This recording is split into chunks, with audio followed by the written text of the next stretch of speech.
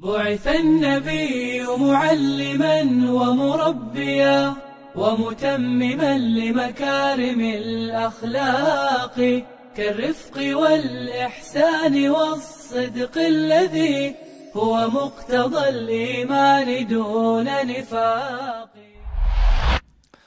بسم الله الرحمن الرحيم. الحمد لله رب العالمين، والصلاة والسلام على أشرف الأنبياء والمرسلين وعلى آله وأصحابه وذريته تسليما كثيرا. أما بعد. السلام عليكم ورحمة الله وبركاته. الحمد لله. الله تعالى فضل مرحمة bilan bizlar yana navbatdagi Ramazon kechalaridan birida jamlanib o'tiribmiz. Bugun Adabul Mufrad kitobidan Imom Buxoriy ziyorat bobini bir nechta boblarga bo'lib gapirganlar. Ziyorat inson masalan birodari, oila a'zolari bir-birini ziyorat qilishi, silay rahm qilishi, bordi keldi deydi bizda. O'sha bordi keldida juda ham ko'p odob axloqlar bor, ajrlar bor ekan. Shuni Imom Buxoriy rahimahulloh alohida bob ajratib va ichidagi boblarni keltirdilar hadislardan. An Abi Hurayra radhiyallohu anhu anin nabiy sallallohu alayhi va sallam. Abu Hurayra radhiyallohu anhu dan rivoyat qilinadi. Nabiy sallallohu alayhi va sallam aytdilar deb aytadilar. Hadisning mazmuniga o'tamiz. Qachon bir kishi birodarini bemorligida ko'rgani borsa yoki ziyorat qilsa, Alloh unga sen xushhol bo'lding. Qala Allohu ta'ala lahu tibta va taba deydi. Sen pok va pokiza bo'lding, xushhol bo'lding. Sening yurishing ham xushhol bo'ldi va jannatdan bir manzilni egallading deydi dedilar. Sallallohu alayhi va sallam. Qarang, birodarini agar kasal, xasta bo'lgan holatida ziyorat qilsa, Alloh Rabbul alamin unga xitob qilar ekan. Bizlar bilmagan, sezmagan, eshitmagan holda sen tibta va taba, ya'ni yurishingda pokiza bo'lib xushhol bo'lding va jannatdan bir manzilni egallading der ekan. Alloh taolo barchamizni mana shu silay rahm qilib, ziyorat qilib, jannatdan bir manzil egallashga Alloh muvaffaq qilsin. Amin. Yana bir hadisda bir qavmni ziyorat qilib, ularning huzurida taom yegan odam deb bob keltiradilar. Buni Anas ibn Malikdan rivoyat qilinadi. Rasululloh sallallohu alayhi va sallam ansoriylardan bir uy ahlini ziyorat qildilar. Ularning huzurida taom yedilar. Chiqayotganlarida uydan bir makonni tayyorlashni amr qildilar. O'sha yerga borib men duo qilaman demoqchilar. Bas u zot uchun gilam ustiga suv sepildi. Bu urf. O'sha urfda masalan ko'rpacha, bir bolish, bir narsa to'rdan degan joy, endi shunaqa suv sepildi va hurmat yuzasidan uning ustida namoz o'qidilar va ularning haqqiga duo qildilar, deyaptilar. Birinchidan bu juda ham ko'p manfaatlar olamiz. Rasululloh sollallohu alayhi vasallam bo'lib oddiy sahobiylar ham taklif qilsalar borganlar. Mana shu taklif qilayotgan paytda sharoitimiz bo'lib turib, biz boramizmi yo'qmi? Mana shu savol. Yo biz bir manzilga yetishganmiz, bizni har joyda taklif qilish mumkin emas. Bizlar faqat xos joylarga boramizmi? Faqat falonchayevlar chaqirsa, pistonchayevlar chaqirsagina boramizmi? U biz boradigan joy juda bir hashamatli, vahimali bo'lish shartmi? Mana shu o'zimizga savol. Oddiy inson chaqirsa ham bu sunnat va birodari ustidagi haqqi. Chaqirilgan joyga borish kerak. Valimaga xossatan ba'zi ulamolar farz degan. Valimaga chaqirsa, uylanayotgan odam chaqirsa sizni, borish agar uzrli sanalsa, u uzrli. Uzr sohibi uzr bo'lsa.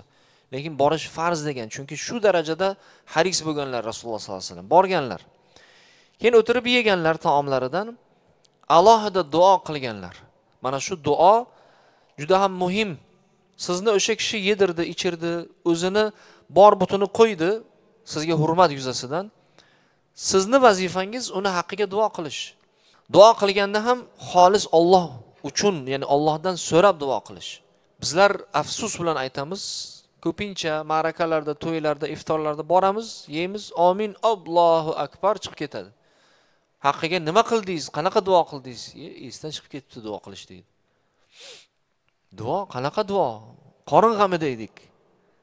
Yedik, ichdik, esdan chiqib ketdi. Mana shu narsa sunnat va duo qilishni xos joyga borib namoz o'qidilar. Masalan, Rasululloh sollallohu alayhi vasallam duolari nima? Ijobat. Sahobalar buni xohlashgan. Hatto salom berishlarini xohlashgan. Bir kun Rasululloh sollallohu alayhi vasallam kelib bir marta taqillatgan bir sahobiyning eshigini. Assalomu alaykum va rahmatulloh. Kim bor dedilar. Ichkaridagi sahobiy kutib turibdilar, javob bermadilar. Yana taqillatdilar. Assalomu alaykum va rahmatulloh. Ey Abdulloh, uyda kim bor dedilar. Ikkinchi marta jim. Uchinchi marta taqillatdilar. Assalomu alaykum va rahmatulloh. Javob bermagandan keyin chiqib qaytib ketayotganlarida sahobiy chiqdilar. Shunda aytdilarki, "Yo Rasululloh, men uydaman." Nima uchun javob bermading deganlarida, siz berayotgan salomingiz duo edi bizga, shu duoingizni ko'paytirish uchun sukut saqlab turdim deganlar. Assalomu alaykum va rahmatulloh. Allohning salomi, rahmati va barakoti bo'lsin sizga deb kim duo qilyapti? Rasululloh sollallohu alayhi vasallam. U kishining duolari nima? Ijobat. Shuning uchun sahobiylar haris bo'lgan. Mana shu taom berishlarini ham xohlagan. Sahobalar kelib xohlagan duo qilsinlar deb. Va duolaridan biri boshqa rivoyatlarda keladi. Haqlariga yegan, masalan, o'sha yeb xonadon haqqiga duo qilish kerak. Allohumma barik lahum fima razaqtahum waghfir lahum warhamhum deb duo qilganlar Rasululloh sollallohu alayhi vasallam. Ey Allohim, ularga barakalar ato qilgin. Fima razaqtahum, rizqlariga, farzandlariga, zurriyotlariga barakalar ato qilgin. Waghfir lahum, ularning gunohlarini kechirgin. Hammamiz gunohkormiz, xatokormiz. Kechirgin deb Rasululloh duo qiladilar. Warhamhum, va ularga rahm qilgin derdilar.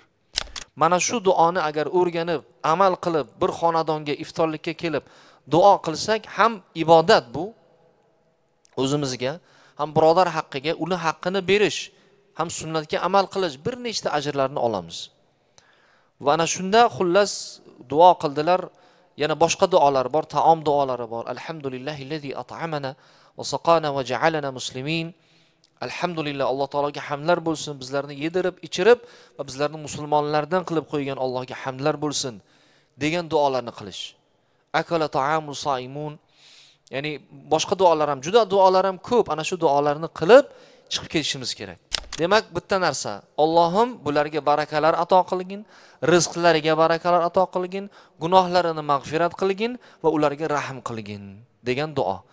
Mana shu kelganda, o'tirganda, kimning xonadonida bo'lsa, ana shu duoni qiling. Farishtalar duo qilganingizda nima deydi? Amin deydi. Kamithli, ya'ni xuddi shunday senga ham deydi. Nimaiki duo qilsangiz birodaringizga, senga ham deydi. Alloh taolo barchalarimizni chiroyli ayollar, xotinlar bilan nasib qilsin. deb tugatib qo'ysam. Alhamdulillah. Xo'p, navbatdagi bob ziyoratning fazli haqida ana endi. Fazli. Ziyorat qilishni fazli. Hadisni birdan tarjimasiga o'tayapman, vaqtimiz nima bo'lgani uchun. Abu Hurayra radhiyallohu anhu rivoyat qilinadi. Nabiy sallallohu alayhi vasallam aytdilar: bir odam qishloqdagi birodarini ziyorat qildi. Alloh uning kirish joyiga bir farishtani yubordi. Bas u qayerga ketyapsan dedi. Ya'ni odam suratida kelib, farishta o'sha insondan so'rayapti, musulmondan. Qayerga ketyapsan? U shu qishloqdagi birodarimnikiga dedi. Farishta, unda senga bir ne'mat bor-u, o'shani isloh qilmoqchimisan dedi. Bizni tilga aytganda business transaction. Biron bordi keldi, savdo sotiq, biron narsa bormi? Qarz, Zelle ishlamayaptimi? Telegram ishlamayaptimi? Wi-Fi yo'qmi? Nima gap? To'g'ridan-to'g'ri boryapsan, telefon pulni bermaganmisan? Tarjimasida endi o'z zamonaviy tarjimasi bu. Nima uchun shuncha yo'lga, a? Masalan, Nyu-Yorkga yashayotgan bo'lsang, boshqa shtatga Ohioga boryapsanmi? Hayratda qoladi odam. Masalan, tafakkur qiling, bir kishi Ohioga qarab ketyapti. Bir kishi so'rayapti. Biron bordi keldi bormi bir pul desa, yo'q deyapti. Yo'q. Men uni Alloh uchun yaxshi ko'raman. O'sha birodarimni Alloh uchun yaxshi ko'raman. Shuning uchun boryapman demoqchi. Farishta aytayapti, men senga Allohning elchisiman. Albatta, unga muhabbat qo'yganing uchun Alloh ham senga muhabbat qo'ydi, dedi, deyaptilar. Subhanalloh. O'zini musulmon birodariga muhabbat qo'yib, xolis shunchaki ziyorat uchun borayotgan odamni Alloh yaxshi ko'rar ekan. Siz va biz Allohni muhabbatini xohlaymiz-ku. Hammamiz shu narsani harisimiz, xohlaymiz. Mana Imom Buxoriy keltiryaptilar. Mana Alloh yaxshi ko'rishni xohlaysizlarmi? Ha. Birodaringizni biz ziyorat qiling. Endi bu hadisni tatbiq qilish Nyu-Yorkdek shtatda, Amerikadek davlatda, megapolis mira bo'lgan, butun dunyo pullari yu biznes hammasi shu yerda bo'lgan joyda shuncha bizneslarni tashlab, pullarni tashlab, Uber traklarni tashlab, do'konni tashlab, yopib, pullardan mahrum bo'lib, birodarini ziyoratiga boradimi deb o'ylab turganlar bo'lsa kerak-da, masalan. Bu nima deyapti? Bu Nyu-Yorkda ziyorat. Bu telefon qilsa katta gap bu. Birodariga telefon qilib, birodar yaxshimisiz, salomatmisiz, tirikmisiz? 10 yil bo'ldi ko'rishmaganimizga deb qo'ysa, u mujohid u. U mashallah, u farishta. U birodarini ko'zlaridan yosh kelib ketadi. Birodarim telefon qilib, bir narsa bor berdi. Hozir bir pul so'raydi hozir. Bir narsa so'raydi hozir bu. 10 yil telefon qilmadi-ya nomard. Bu hadisga amal qilyapman. Bugun bir darsga boruvdim. Bir birodarimiz Abu Hanifa Imom Buxoriyning Adabul Mufratlaridan hadis keltirib, birodarlaringizni ziyorat qilinglar, hech bo'lmasa telefon qilinglar degan edilar. Shu uchun telefon qilyapman desa ham, u birodar yo'q deydi. Bu gap bir gap bor deydi. Ya, hech ishonmayman deydi. Nyu-Yorkdan turib, vaqtlarini ajratib, otasiga telefon qilmaydi-yu bu deb, insonlar bor shunaqa. Shunaqa. Demak, Alloh uchun ziyorat qilsak, eng Allohning muhabbatiga sazovor bo'lar ekanmiz. Qarang yana. Ana o'sha ziyoratni boshqa hadislarda mana bugun shayximiz qiroat qildilar. Ota-onani ziyorati birinchi prioritet deydi, priority. Birinchi navbatda turadi. Avla, oliy. Agar ota-ona tirik bo'lsa, Alloh shu ne'matni nasib qilgan bo'lsa, siz va bizga o'sha ota-onalarimizga borib ziyorat qilishimiz farz.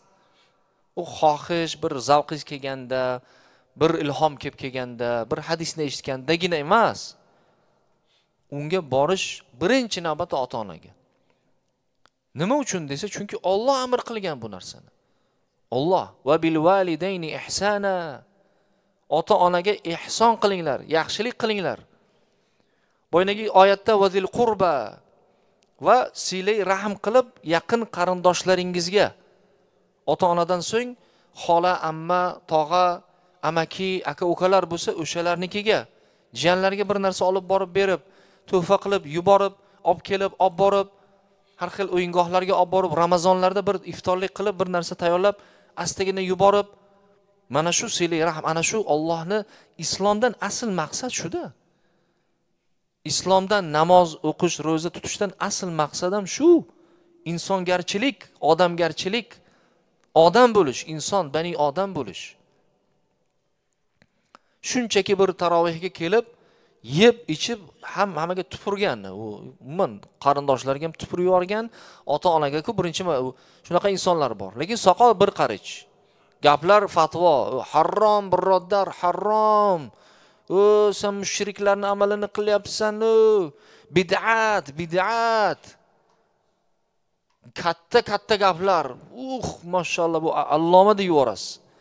U yerda ota-ona xor, ayol xor, qarindosh urug'lar xor. Gaplar ana shuncha. Mashallah. Silay rahm, ana shuni Imom Buxoriy xos bob olib kelib, musulmonning asl maqsadi shu dedi-ku. Rasululloh sollallohu alayhi vasallamdan, payg'ambarlikdan asl maqsad innama bu'ithtu li utammima makarimul axloq. Payg'ambar qilinib yuborishimdan asl maqsad xulqlarni eng oliy cho'qqisiga chiqarish uchun dedilar. Mana shu juda ham muhim va mana shuni tatbiq qilishimiz kerak. Mana hozir eshitdik, bildik, mana hadisni yetkazdik. Biz shunchaki bir yetkazuvchimiz. Bizga bu ham amal qilishimiz kerak. Sizlarga yetkazdik. Qani inshaalloh Ramazon oyida mavsum-ku, amal oyi, chiroyli go'zal amallar oyi. Qani ana shu kechadan boshlab mana vatanga telefon qilib, qarindoshlar bo'lsa, nimalar bo'lsa, xola ammalar bir eslab, yodlab, mana shunaqa vaqtida men katta qilgansiz, yaxshilik qilgansiz, salomatmisiz deb duo qilib qo'yishimiz kerak aqllariga. Mana shu uchun yuborilgan payg'ambarimiz sollallohu alayhi vasallam. Subhanakallahumma va bihamdik va nashhadu an la ilaha illa anta va nastaghfiruka va natubu ilayk va sallallohu ta'ala ala khayri khalqihi Muhammad va ala alihi va ashabihi ajma'in. Wassalamu alaykum wa rahmatullahi wa barakatuh. بعث النبي معلما ومربيا ومتمما لمكارم الأخلاق كالرفق والإحسان والصدق الذي هو مقتضى الإيمان دون نفاق.